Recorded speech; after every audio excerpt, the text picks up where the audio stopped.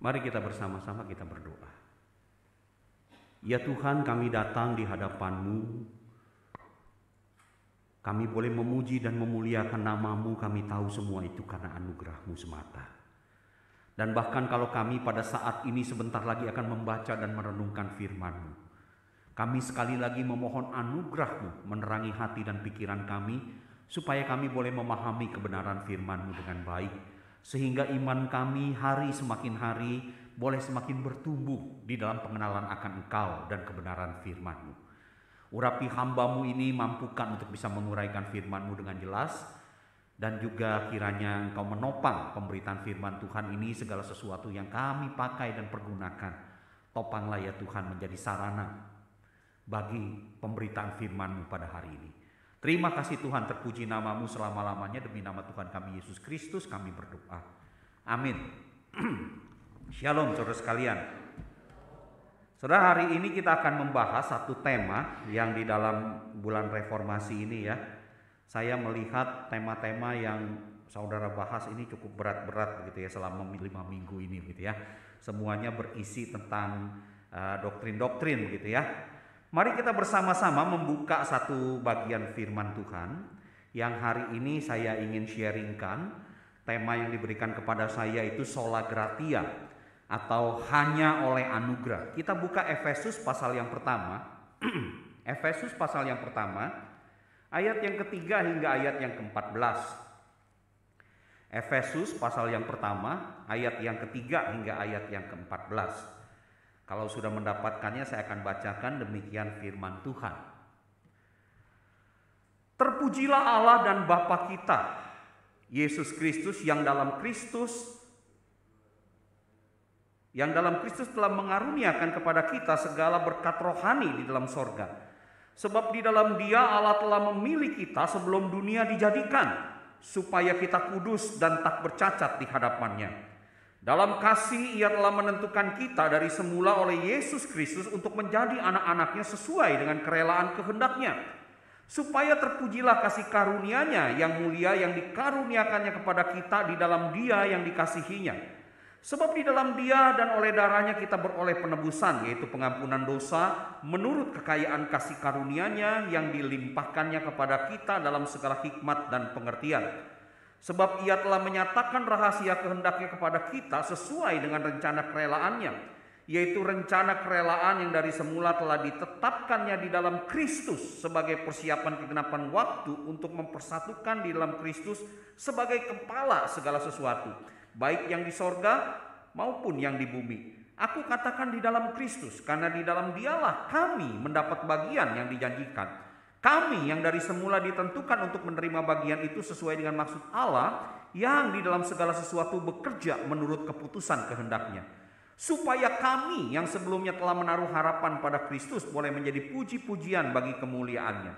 Di dalam Dia kamu juga, karena kamu telah mendengar firman kebenaran yaitu Injil keselamatanmu, di dalam Dia kamu juga ketika kamu percaya dimateraikan dengan Roh Kudus yang dijanjikannya itu. Dan Roh Kudus itu adalah jaminan bagian kita sampai kita memperoleh seluruhnya, yaitu penebusan yang menjadikan kita milik Allah untuk memuji kemuliaan-Nya. Saudara, 5 minggu di dalam bulan Oktober ini saudara akan belajar tentang sola-sola ya. Apa saja yang sudah diajarkan? Solus Christus ya. Terus apa lagi? Sola Scriptura, hanya Alkitab. Terus kemarin sola fide, hanya karena iman. Terus sekarang hari ini sola gratia ya, hanya karena anugerah. Nanti terakhir soli Deo gloria. Mana yang duluan? Nomor 1 apa? Hah? Waktu lagi disusun tidak ada urutannya saudara ya. Jadi waktu masa-masa disusun, masa-masa zaman Martin Luther itu, atau masa boleh dikatakan masa reformasi, itu bukan disusun berdasarkan ini nomor 1, ini nomor 2, ini enggak. Itu karena memang pergumulan iman yang terjadi pada masa itu berkaitan tentang keselamatan orang percaya. Nah, memang yang agak sulit ketika saudara mulai membahas sola-sola ini adalah antara sola fide dengan sola gratia. Karena apa saudara sekalian? Saudara harus memahami perbedaannya antara perdebatan ini saudara sekalian ya. Jadi kalau misalnya kita membahas masalah sola ini, kita kadang-kadang bisa dibingungkan di dalam membahas kedua sola ini, yaitu sola gratia dan sola fide. Karena apa? Di dalam membahas masalah sola ini, kita sering dikatakan bahwa kita diselamatkan semata-mata. Semata-mata itu oleh karena apa? Karena iman, betul ya? Kita diselamatkan oleh iman, saudara sekalian. Tapi di sisi lain, saudara sekalian, kita juga diselamatkan semata-mata juga melalui anugerah gitu. Jadi mana ini yang benar gitu ya? Karena apa? Satu ini mengatakan kita diselamatkan semata-mata karena anugerah, tapi juga semata-mata melalui iman.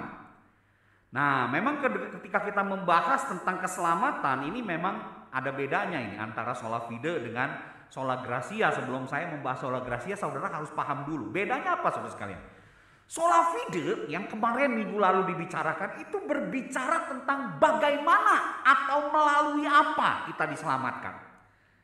Jadi saudara sekalian, titik perdebatannya di dalam sola fide itu adalah iman versus perbuatan baik manusia. Mana yang menyelamatkan kita? Kita diselamatkan melalui iman kepada Kristus atau melalui perbuatan baik yang kita lakukan supaya kita bisa menyenangkan Kristus. Nah, ini perdebatannya di situ. Nah, ternyata Alkitab itu mencatatkan orang benar hanya hidup oleh iman. Jadi melalui imanlah sebenarnya kita beroleh anugerah keselamatan itu. Karena tidak ada seorang pun yang mampu melakukan perbuatan baik sesuai dengan tuntutan Allah. Jadi kalau di dalam sola fide, perdebatannya itu adalah antara iman versus perbuatan manusia. Nah, sedangkan sola gratia itu berbicara mengenai dari mana keselamatan itu datang. Keselamatan itu datang kepada kita dari Allah semata-mata atau juga adalah ada andil manusia di dalam. Nah, ini yang dibahas oleh sola gratia, sehingga perdebatannya itu bukan tentang masalah iman dan perbuatan baik. Perdebatannya itu adalah mengenai monergisme versus sinergisme. Bukan mengenai iman dan perbuatan. Monergisme maksudnya mono, ya, monergisme itu dari kata mono yang artinya satu sumber. Yang berarti hanya oleh anugerah Allah atau sinergisme, kerjasama antara anugerah Allah dengan iman manusia. Jadi ketika kita misalnya percaya kepada Tuhan, keselamatan itu datang apakah ada andil Allah dan andil manusia juga. Jadi kerjasama antara andil Allah dan andil manusia. Ataukah ini semata-mata hanya Allah saja. Maka itu sola gratia itu adalah pokok masalah yang menjadi perdebatan. Yang kalau saudara nanti pelajari dalam teologi itu di dalam gereja itu antara Calvinisme dengan Arminianisme. Saudara, posisi Armenius atau Armenian itu tidak masalah kok dengan sola fide. Jadi orang-orang Armenian juga mengatakan gak masalah, memang kita diselamatkan itu melalui iman. Mereka tidak menyangkal hal itu, saudara sekalian. Namun saudara sekalian, yang membedakan Armenian dan Calvinis adalah, nah, ketika saudara diselamatkan itu semata-mata dari Allah saja atau melibatkan pekerjaan manusia. Nah, disinilah saudara sekalian perdebatan antara Calvinis dengan Armenian. Jadi kalau Calvinis mengatakan, ya enggak, kita hanya semata-mata diselamatkan oleh anugerah saja. Saved by grace alone gitu ya, atau sola gratia, kita diselamatkan oleh anugerah semata-mata melalui iman. Nah, itu apa namanya? Pernyataan doktrin Calvinis begini. Jadi kita diselamatkan oleh anugerah semata-mata, saved by grace alone. Tapi caranya melalui iman. Mari kita sama-sama kita coba menelaah apa yang tadi saya sudah baca. Apa dasar Alkitab dari kepercayaan ini? Saudara, kalau saudara melihat bagian perikop yang kita baca, sebenarnya ini berbicara tentang kekayaan orang-orang yang Allah pilih. Dan Alkitab mengatakan bahwa sesungguhnya di dalam ayat 3 yang kita baca, Allah Bapa itu adalah sumber segala berkat rohani yang ada di dalam sorga. Dan sebagai sumber berkat rohani itu, Allah Bapa dikatakan telah menganugerahkan berkat rohani yang begitu besar di dalam kekekalan. Yaitu apa? Yaitu Allah telah melakukan pemilihan bagi sebagian umat manusia untuk menjadi umat Allah. Kapan itu dilaksanakan dalam kekekalan sebelum saudara dan saya diciptakan. Luar biasa kan Alkitab katakan begini, makanya kalau saudara membaca anugerah pemilihan ini, Efesus pasal 1 ayat 4 sampai ayat yang kelima, dikatakan sebab di dalam Dia, maksudnya di dalam siapa? Di dalam Kristus, Allah telah memilih kita sebelum dunia dijadikan. Jadi saudara belum berkarya apa-apa, saudara belum bertindak apa-apa, bahkan diciptakan belum. Alkitab sudah mengatakan Allah di dalam Kristus itu telah memilih kita sebelum dunia dijadikan. Supaya kita kudus dan tak bercacat di hadapannya. Ini tujuan dari pemilihan.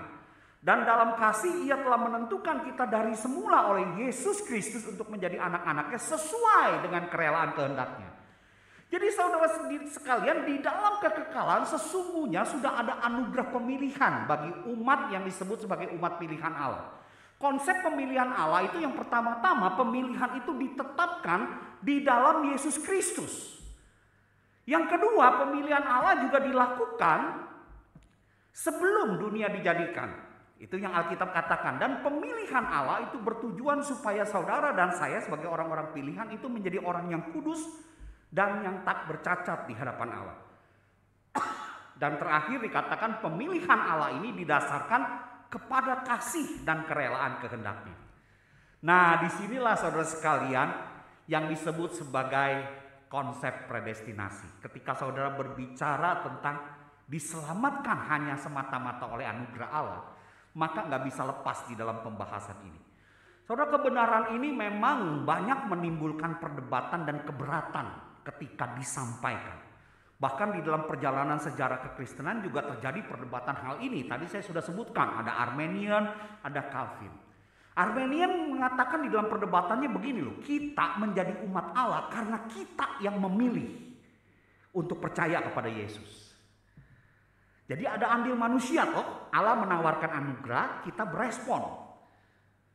Kita punya iman, kita memilih untuk percaya Kristus, maka kita jadi umat Allah. Nah, tetapi Calvinis mengatakan nggak begitu. Berdasarkan ayat yang kita baca, dikatakan oleh Calvinis begini, kita menjadi umat Allah justru karena pilihan Allah di dalam kasih dan kerelaan kehendaknya.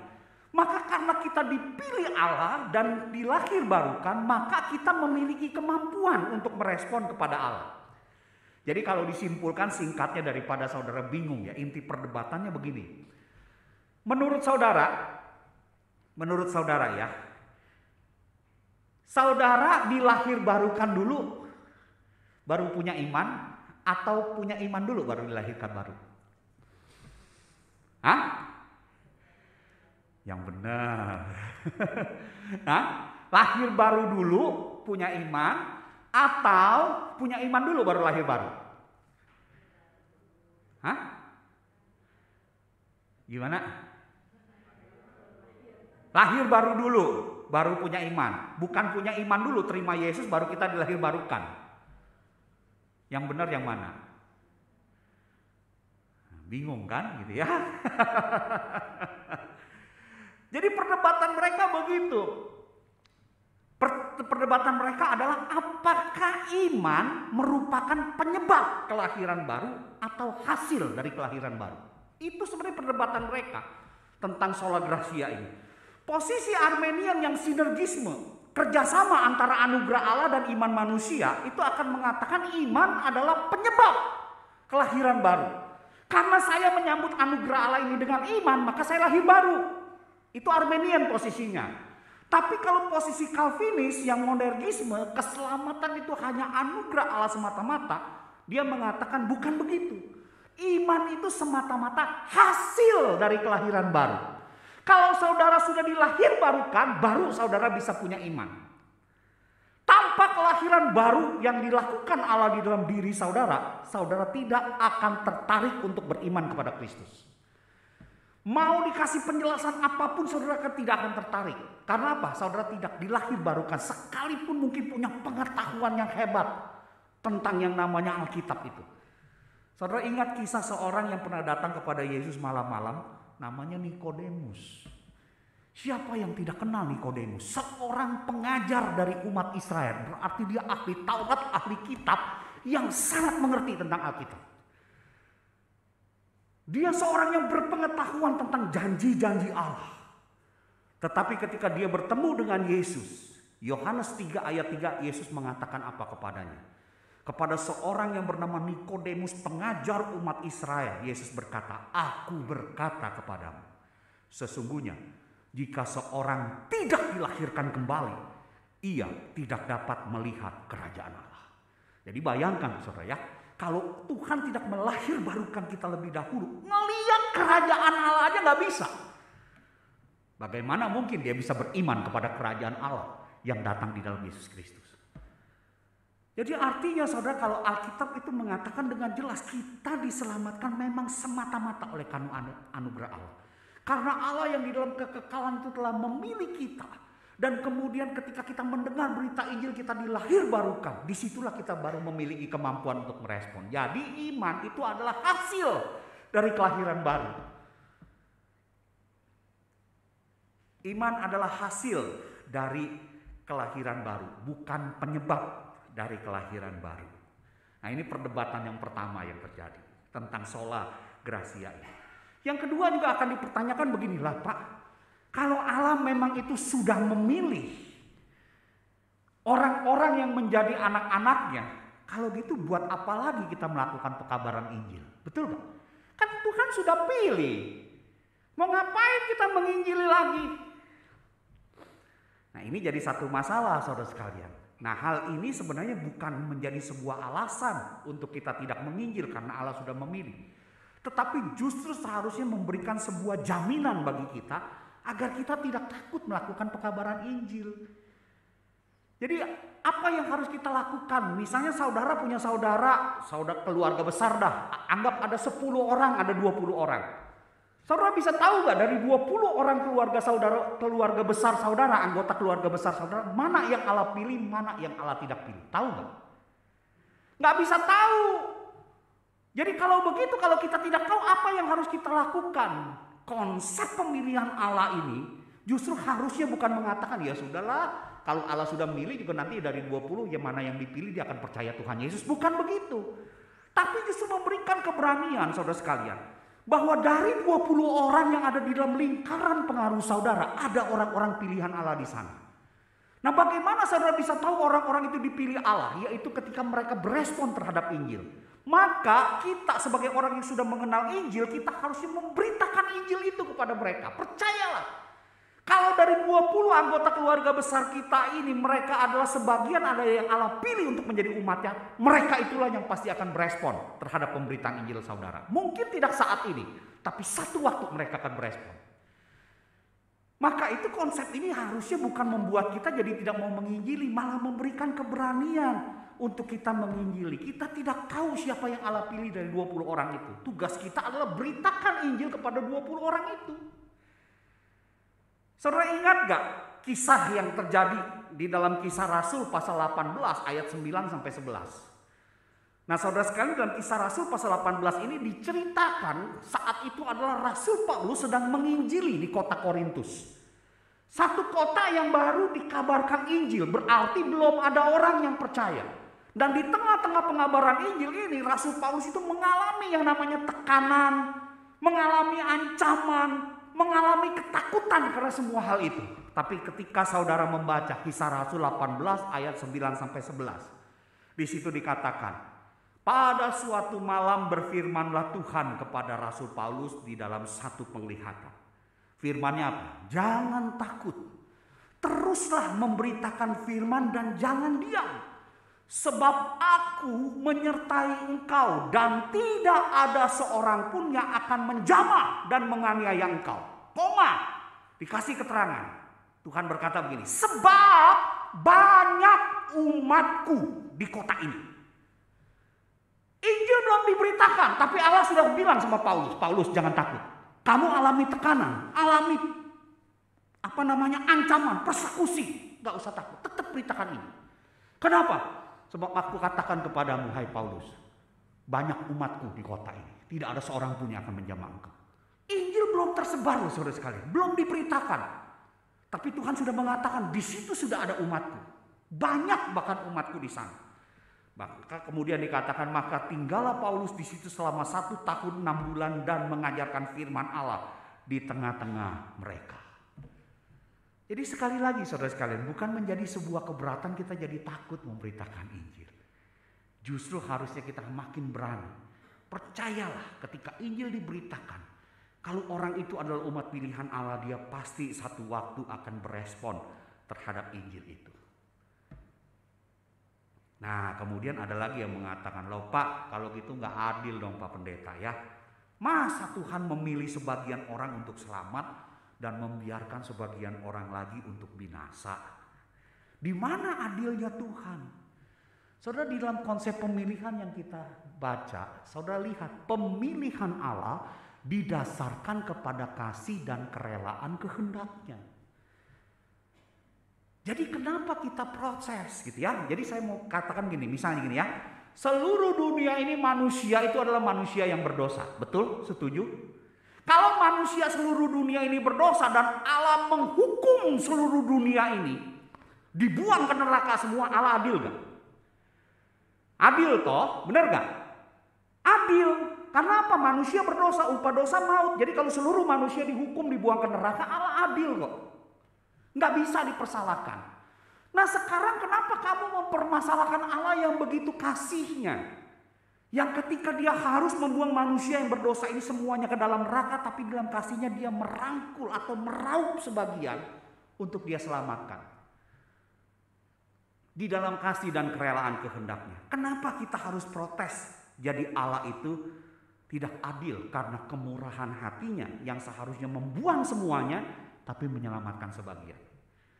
Ini kan sama seperti perumpamaan Tuhan Yesus kan, yang Tuhan Yesus katakan. Satu hari ada seorang tuan punya kebun anggur, dia keluar, undang orang-orang untuk bekerja. Upahnya apa? Satu hari kerja upahnya 1 dinar. Maka pagi-pagi benar dia keluar. Ada yang datang pagi-pagi benar kerja. Pagi ya, datang ya, kerja 1 hari berapa? 1 dinar. Ketika sudah bekerja jam 9 dilihat, oh masih kurang nih pekerjanya. Jam 9 dia keluar lagi. Cari pekerja lain. Jam 9 masuk. Kerja ya. Upahnya 1 hari 1 dinar. Jam 9 masuk. Masih kurang. Jam 12 keluar lagi. Cari orang masukin jam 12 untuk kerja. Masih kurang. Jam 3 sore keluar lagi. Cari orang tambah lagi untuk bekerja. Kemudian jam 5 sore masih kurang. Cari orang lagi bekerja. Nah sesudah selesai malam semuanya saatnya menerima gaji. Dan ketika menerima gaji dikatakan apa? Yang masuk jam 5 sore diberikan berapa? 1 dinar. Yang masuk jam 3 sore dikasih 1 dinar. Yang masuk jam 12 1 dinar. Yang masuk jam 9 1 dinar. Yang masuk pagi-pagi benar 1 dinar. Yang protes yang mana? Hah? Yang protes yang pagi-pagi benar loh. Kok yang masuk jam 5 sore dikasih 1 dinar? Tapi apakah Allah boleh diprotes seperti itu? Perjanjiannya gimana? Kerja 1 hari 1 dinar kan? Makanya kemudian si tuan itu berkata, di mana tidak adilnya? Bukankah perjanjiannya 1 dinar 1 hari kamu kerja? Maka yang dipertanyakan adalah, atau iri hatikah kamu karena aku murah hati? Yang mestinya masuk jam 5 sore nggak berhak untuk dapat 1 dinar, tapi aku berikan 1 dinar. Itu kan menunjukkan kemurahan hati si tuan, betul nggak? Sama ketika kita berkata soal, oh kalau gitu Allah nggak adil dong, ada sebagian yang diselamatkan, sebagian kemudian itu dibiarkan binasa. Di mana tidak adilnya? Justru yang harus kita lihat adalah kemurahan kasih Allah yang seharusnya membuang seluruh manusia itu ke dalam neraka. Tapi dia mengambil sebagian di dalam kasihnya untuk menjadi umatnya. Maka itu saudara sekalian, kalau kita berbicara tentang konsep pemilihan Allah, umat kepunyaan Allah sesungguhnya adalah sebagian orang yang telah Allah pilih berdasarkan anugerahnya di dalam Kristus sebelum dunia dijadikan untuk hidup dalam kekudusan yang sejati. Orang-orang yang dipilih inilah yang ketika mendengar Injil, Allah bertindak dalam anugerahnya melahirbarukan sehingga mereka bisa berespon terhadap Injil. Itu hal yang pertama, anugerah pemilihan Allah yang luar biasa. Makanya kita sungguh-sungguh diselamatkan oleh anugerah.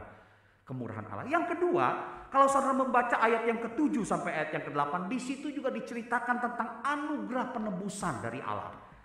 Anugerah penebusan yang Allah kerjakan di dalam Kristus. Di situ dikatakan sebab di dalam Dia dan oleh darahnya, yaitu maksudnya Kristus, kita beroleh penebusan, yaitu pengampunan dosa menurut kekayaan kasih karunia-Nya yang dilimpahkannya kepada kita dalam segala hikmat dan pengertian. Saudara, disinilah saudara melihat Allah itu sesungguhnya adil, sehingga Ia harus menghukum dosa dan menegakkan hukumnya. Tetapi jangan pernah lupa, Allah juga adalah Allah yang penuh kasih, sehingga Ia harus menyelamatkan umat pilihannya dari hukuman dosa tanpa mengkhianati keadilannya. Maka itu saudara sekalian, jalan penebusan itu tidak ada hal yang lain selain substitusi. Mengganti. Apa yang seharusnya hukuman itu ditanggungkan kepada saudara sebagai orang berdosa, itu tidak bisa dihilangkan begitu saja. Tetapi harus diganti. Ada orang lain yang membayar buat saudara.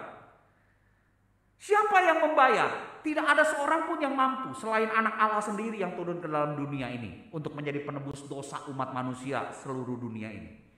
Di segala zaman. Maka itu tidak heran Alkitab mengatakan di dalam anugerahnya, bukan karena perbuatan baik kita, tetapi Kristus anak Allah ini yang tidak berdosa dijadikan dosa karena kita. Dia datang ke dalam dunia menuju Yerusalem, menyerahkan dirinya mati di atas kayu salib supaya dosa seluruh umat manusia segala zaman itu ditanggung di dalam dirinya. Ini namanya substitusi. Dan seluruh karya ini cukup untuk dosa seluruh umat manusia di segala zaman dengan dosa yang terkeji apapun. Tetapi Alkitab katakan hanya efektif bagi mereka yang percaya. Yaitu mereka yang bisa melihat kerajaan Allah itu karena dilahirbarukan dan kemudian berespon terhadap karya itu.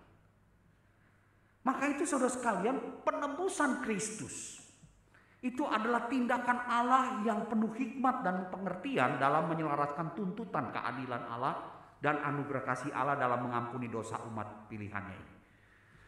Harganya ini terlampau mahal saudara sekalian ketika Dia harus menebus saudara dan saya. Yaitu apa? Kematian anaknya yang tunggal di atas kayu salib. Karena justru terlampau mahal dan tidak ternilai harganya, maka Allah harus berikan ini sebagai satu anugerah. Karena tidak ada seorang manusia pun yang sanggup membayarnya. Supaya di dalam penebusan ini saudara sekalian, kita bisa mencapai tujuan pemilihan Allah yang semula dikatakan. Supaya kita menjadi kudus dan tak bercacat di hadapan. Maka itu saudara sekalian, kalau saudara berusaha untuk menjadi kudus dan tak bercacat, siapa yang mampu? Saudara, pola sola gracia ini terjadi sebenarnya kan karena pergumulan Martin Luther.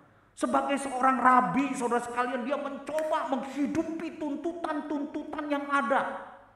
Belajar hidup kudus, bahkan setiap kali dia berdosa, ada sekecil apapun dosanya, dia mengaku dosanya itu di hadapan dia di dalam pelaksanaan pengakuan dosa. Sampai pastor-pastor yang menerima pengakuan dosa itu sampai merasa jemu gitu ya.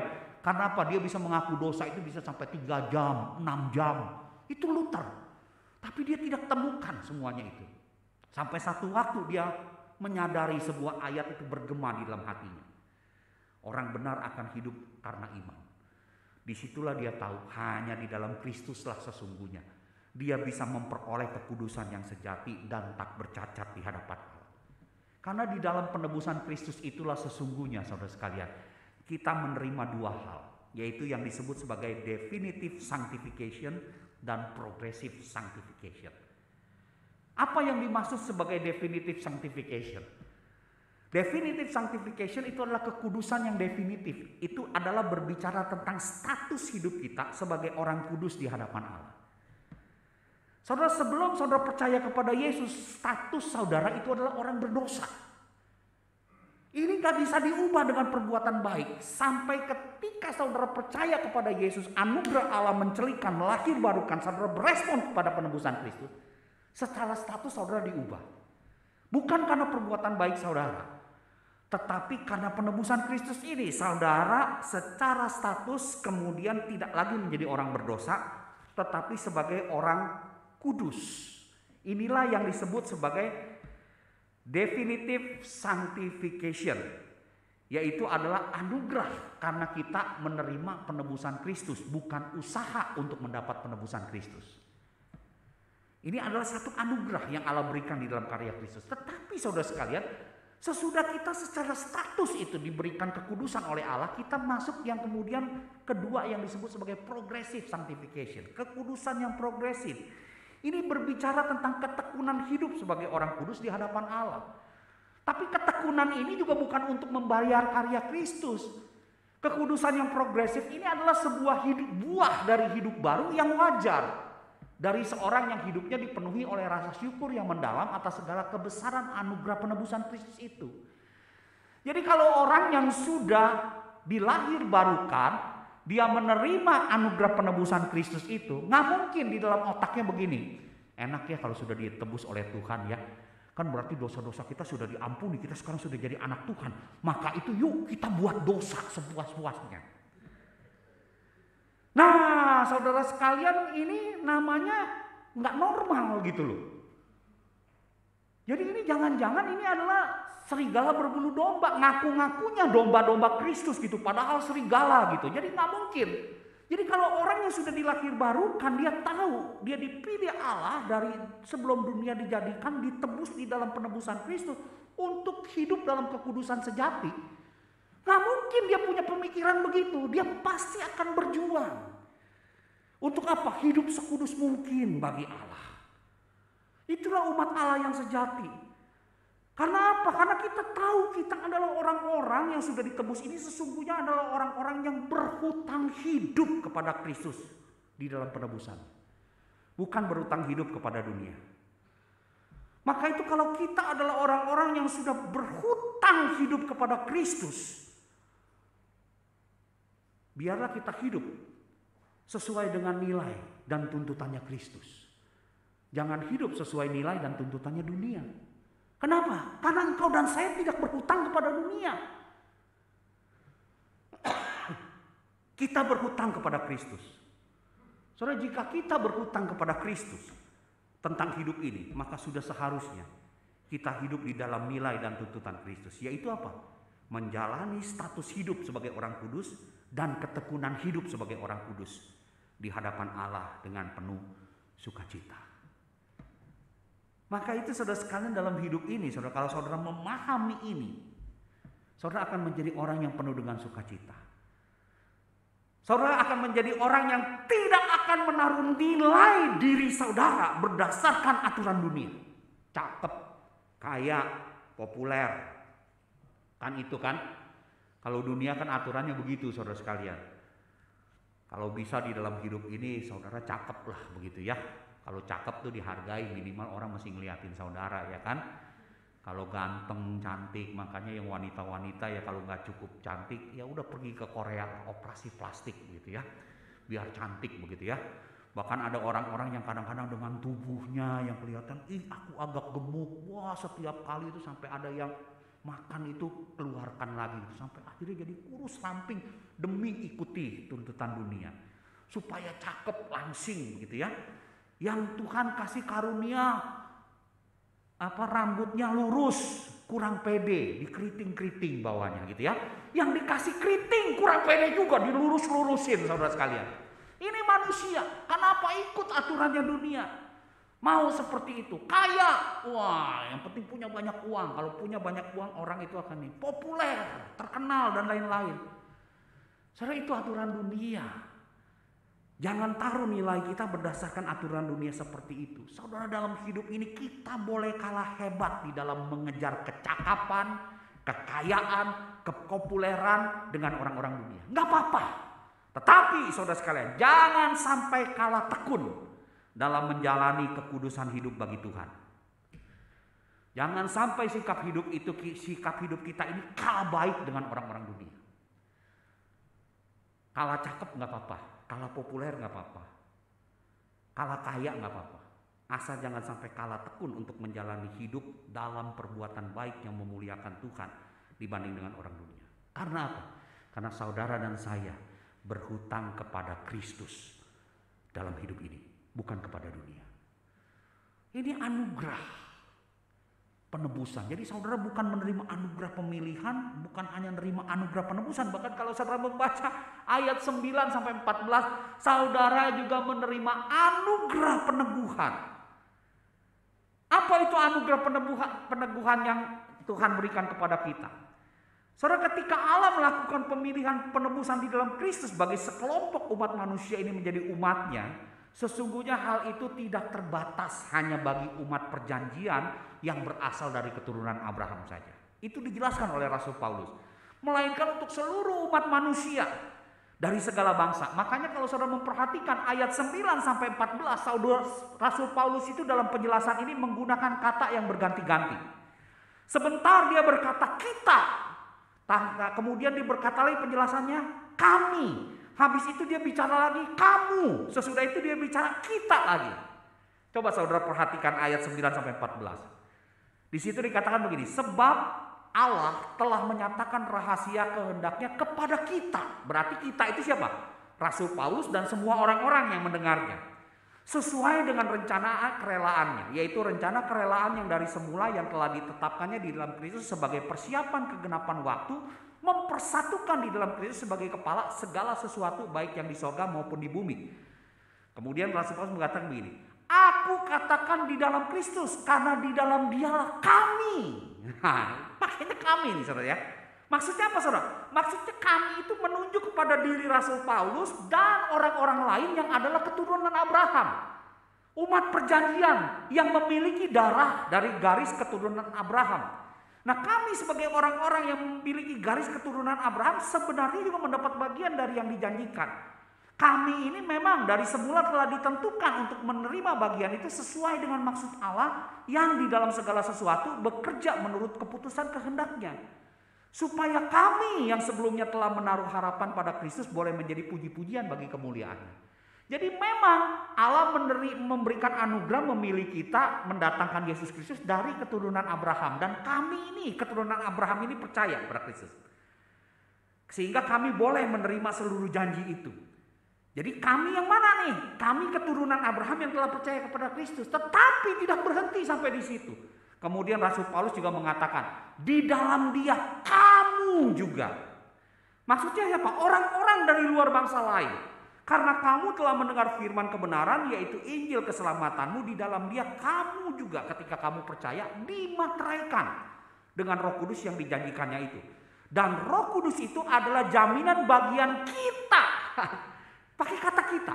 Jadi baik dari keturunan Abraham yang terima Yesus sebagai Tuhan dan Juru Selamat, maupun dari bangsa-bangsa lain yang menerima Yesus sebagai Juru Selamat, kita semua ini loh yang telah menerima Kristus, kita akan dijamin, diteguhkan oleh Roh Kudus yang menjadi jaminan bagian kita sampai kita memperoleh seluruhnya, yaitu penebusan yang menjadikan kita milik Allah untuk memuji kemuliaannya. Jadi saudara sekalian, hal ini menunjukkan bahwa umat Allah adalah umat manusia dari segala bangsa yang berespon terhadap Injil keselamatan. Karena dia lahir baru, dia berespon terhadap Injil keselamatan. Nah, sesudah dia berespon, dia memperoleh status kekudusan yang sejati dan menjalani progressive sanctification. Progres, kekudusan yang progresif itu. Tapi di dalam menjalani ini saudara sekalian, manusia itu kan bisa naik turun ya. Kadang dia bisa tinggi, dia kadang-kadang bisa jatuh dalam dosa. Nah, Tuhan tidak biarkan. Jangan sampai saudara nanti jatuh dalam dosa, wah nanti jadi gak selamat. Jadi seakan-akan keselamatan kita, kalau kita lagi bagus, terus tiba-tiba mati, selamat nih. Lagi berdosa, tiba-tiba mati, gak selamat. Jadi keselamatan, entar selamat, entar enggak, entar selamat, entar enggak, entar selamat. Enggak begitu saudara sekalian ya. Ketika saudara sudah punya status hidup kudus, menjalani progres kekudusan, memang masih bergumul bisa jatuh bangun. Tapi di dalam pergumulan itu dikatakan kamu orang yang telah percaya Injil diteguhkan. Oleh apa? Oleh hadirnya Roh Kudus yang menjadi jaminan bahwa kamu adalah milik Allah. Jadi progres kita naik turun itu tidak mempengaruhi keselamatan. Keselamatannya sudah dijamin. Waktu kamu berespon terhadap Injil itu Roh Kudus itu seperti cap, seperti materai, dicapkan ini anak Allah. Hidup di dalam saudara. Tapi ketika saudara menjalani progressive sanctification, yang terjadi ini bukan masalah selamat tidak, tapi berbicara soal kehidupan intim bersama Tuhan yang seringkali berdinamika. Itu yang terjadi. Sama kayak kita ketika kita menjadi suami istri. Ya sampai mati kita tetap jadi suami istri kan. Tapi di dalam hidup suami istri kan kadang-kadang berdinamika. Ada saatnya kadang-kadang istri kita itu nyebelin, bener gak? Betul toh? Akhirnya kita sampai nggak ngomong, keintiman kita jadi kurang. Tapi nanti kadang-kadang kan baik lagi kan, hubungannya baik lagi. Tapi secara status ya suami istri tetap gitu loh. Nah sama, di dalam Roh Kudus kita dimaterai sampai kekal kamu milik Allah. Ketika engkau jatuh bangun ini bukan berbicara soal keselamatanmu lagi. Tapi berbicara soal kehidupan intimmu bersama dengan Tuhan. Nah itu sebenarnya, maka itu saudara sekalian, dalam peneguhan Roh Kudus inilah orang percaya dijadikan manusia baru. Yang ketika engkau menjalani pergumulan hidup untuk hidup dalam progressive sanctification itu, engkau dimampukan sesungguhnya untuk hidup di dalam kekudusan tersebut. Sampai akhirnya engkau dimuliakan Allah. Makanya saudara sekalian, kondisi perjalanan umat manusia atau umat Allah dalam sejarah penebusan hingga peneguhan Roh Kudus itu berlangsung seperti ini. Waktu kita diciptakan dosa belum masuk. Kita menjadi orang yang mampu tidak berdosa.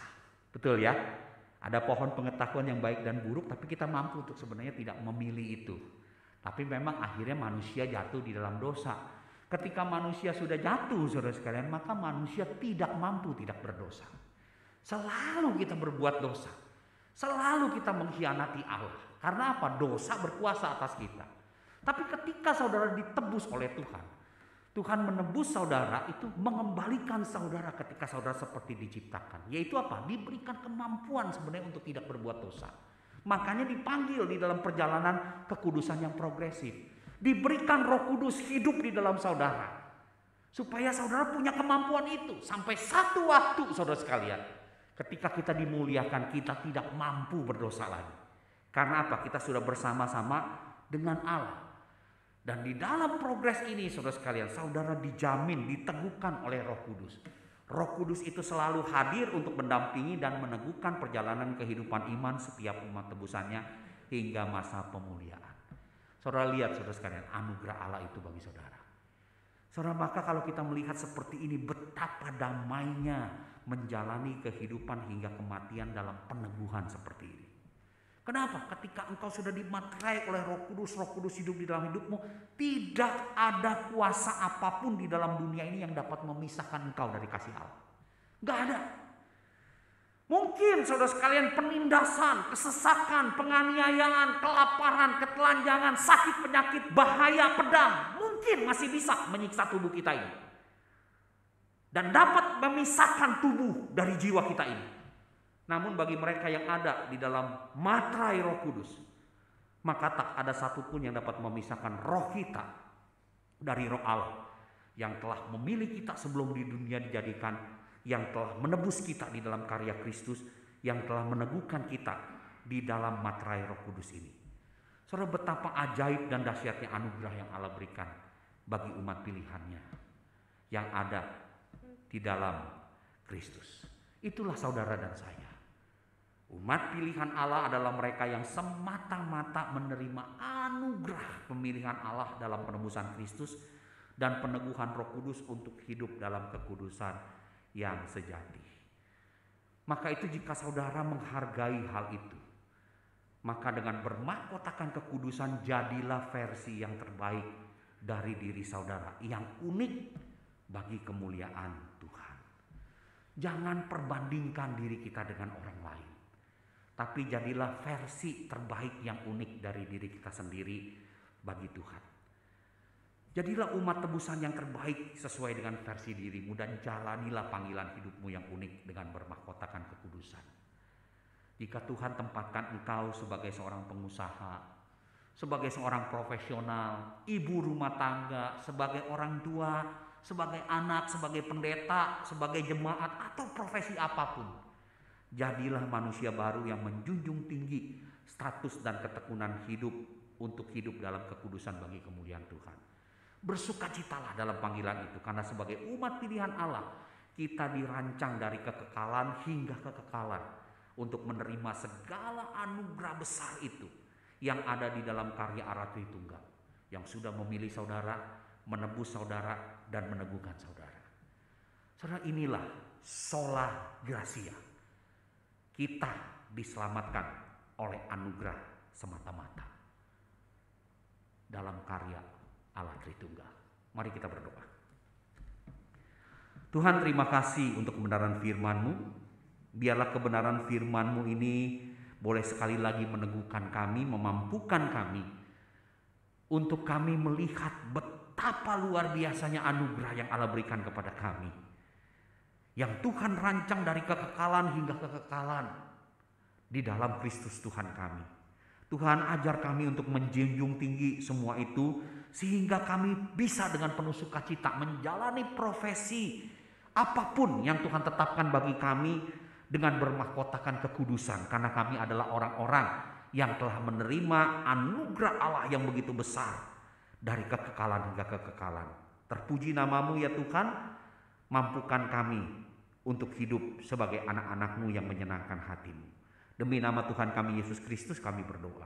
Amin.